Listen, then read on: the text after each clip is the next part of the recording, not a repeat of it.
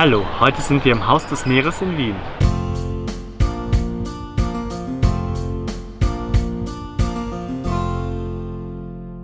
Also wir haben hier unser Futter für unsere Lemuren. Wir halten ja Katas und Mohrenmakis. Dann haben wir hier unsere Futterschüssel für unseren Schmalstreifen-Mungo. Und hier am Boden finden wir das Futter für unsere Aldabra-Riesenschildkröten. Und die gehen wir jetzt füttern. So, geh mal weg.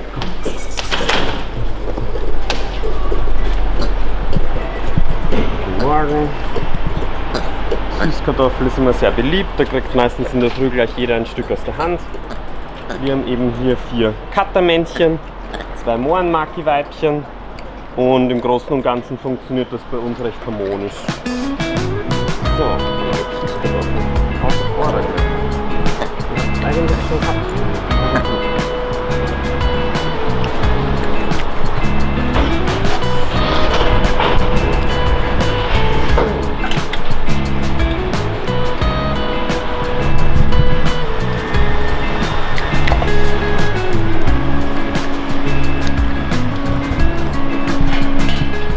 Schmalstreifen-Mungo-Weibchen stellt sich auch schon an, bekommt was möglichst schildkrötensicher untergebracht.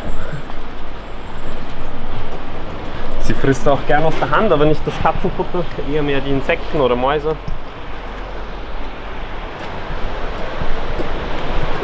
da das Wetter heute nicht so sonnig ist, werden wir unsere Aldabra-Riesenschildkröten einfach drinnen füttern.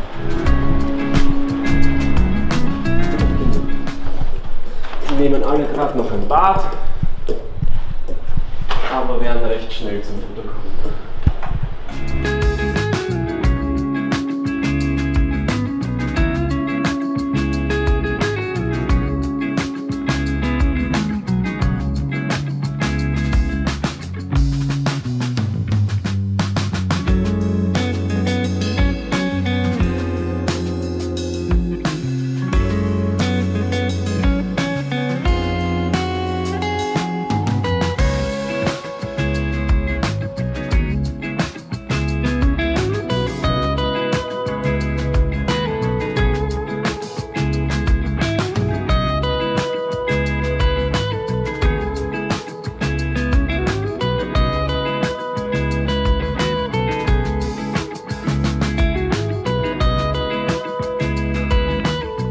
Wir haben hier im Haus des Meeres, denke ich, eine recht gut strukturierte Anlage für unsere Lemuren und für unsere Aldabra-Riesenschildkröten. Der Innenbereich ist zweietagig, das heißt, wir haben hier im 9. Stock einen Bereich, den eben nur am Boden unsere Schildkröten und Lemuren nutzen können und natürlich auch unser Schmalstreifen-Mungo. Dann haben wir eine Etage drüber, also im Zwischengeschoss, noch einen Bereich, den wir auch für unsere Katerbegegnungen nutzen, wo nur unsere Lemuren hinkommen. Die Anlage ist in Summe recht hoch, das heißt, die Tiere können auch sehr schön die Höhe nutzen. Und dann haben wir auch noch einen Außenbereich, der für unsere Lemuren zumindest ganzjährig tagsüber offen ist, und unsere Aldabra-Riesenschildkröten dürfen natürlich nach Wetterlage im Sommer und Frühjahr raus.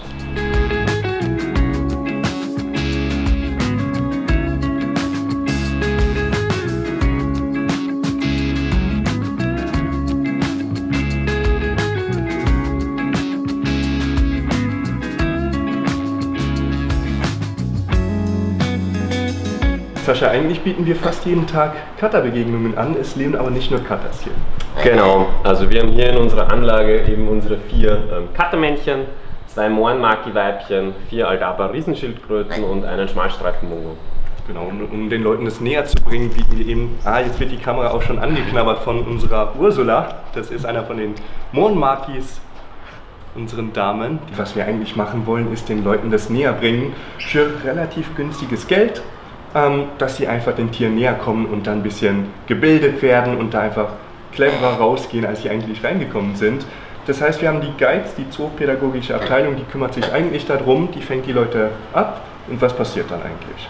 Ja, unsere Guides gehen dann mit einer kleinen Gruppe von Besuchern zu den Katas in die Anlage. Die bekommen ein paar Leckerchen, also in dem Fall sind das Pellets. Die Besucher dürfen dann mit Pellets die Affen füttern, also eben unsere Mohrenmakis und die Katas.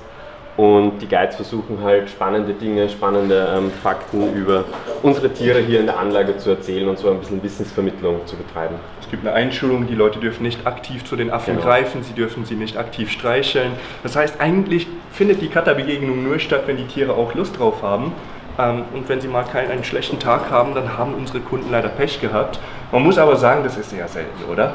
Also meistens kommt immer irgendwer zur Cutterbegegnung, selbst wenn 2, 3 Tiere keine Lust drauf haben, bleiben noch immer genug über und das passiert so gut wie nie, dass gar kein Tier kommt. Und du hast jetzt die Futterpellets angesprochen, ich glaube an der Stelle ist es super wichtig zu erwähnen, da ist kein Zwang dahinter, das heißt diese Futterration von den Futterpellets beeinträchtigt nicht die komplette Ration. Das heißt wir haben genau einen Futterplan. Kennst du dich ja bestens aus. Magst du uns kurz zusammenfassen, wie das hier abläuft? Sehr gerne, also vielleicht gleich zu den Pellets bei der Cutterbegegnung. Das sind pro Cutterbegegnung wirklich nur 12 Gramm, also eine sehr überschaubare Menge im Vergleich, was wir sonst füttern. Ansonsten füttern wir in der Früh eingeweichtes Trockenlauch und ein bisschen Gemüse. Da kommen dann wochenweise oder tageweise, besser gesagt, gewisse Zusätze drüber, Vitaminpräparate, Mineralstoffe, aber auch gekochte Eier, gekochtes Hühnerfleisch etc. Mittags füttern wir dann noch einmal eine Gemüseration für die Affen, die ähnlich ausschaut wie in der Früh, nur ohne Trockenlaub und ein bisschen umfangreicher ist. Und abends gibt es dann noch Gemüsespieße, zwischendurch gern immer mal Insekten oder irgendwelche Leckerchen, aber im Groben und Ganzen schaut so unsere Fütterung hier bei unseren Lemuren aus. Als Tierarzt mache ich regelmäßig Gesundheitschecks und da haben wir ja herausgefunden, dass der Hämatokrit am Anfang relativ hoch war, was eigentlich einen Hinweis gibt, dass die Tiere leicht dehydriert sind.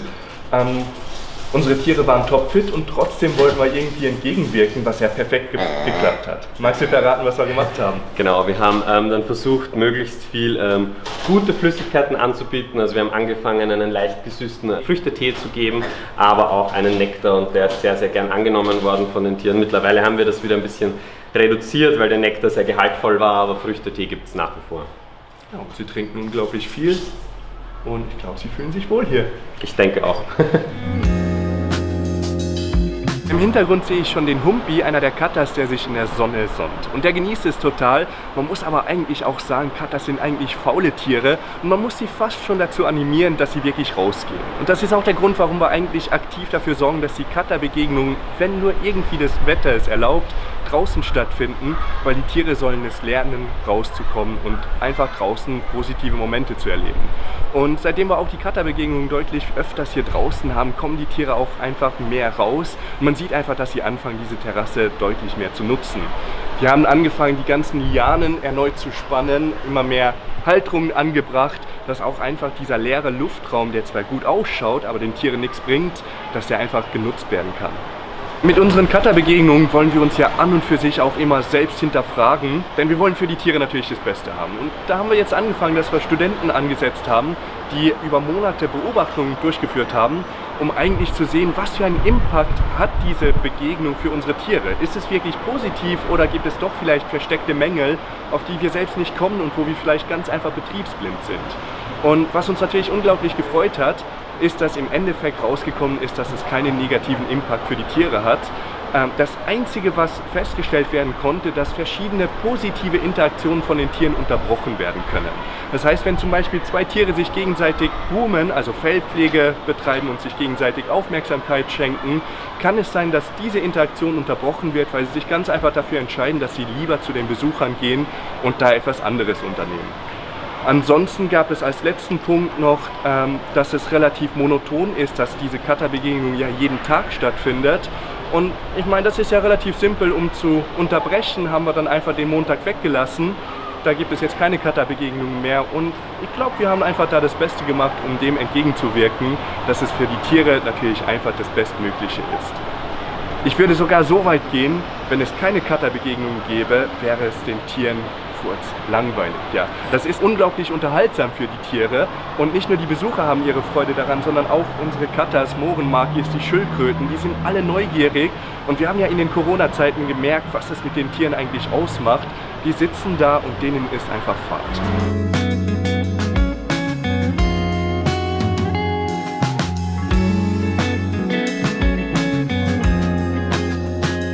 Als ich die Abteilung vor ungefähr 1,5 Jahren übernommen habe, lag mir sofort etwas am Herz. Unsere Frau Mungo, die Schmalstreifen-Manguste, lebt nämlich alleine und das ist eigentlich nicht ideal.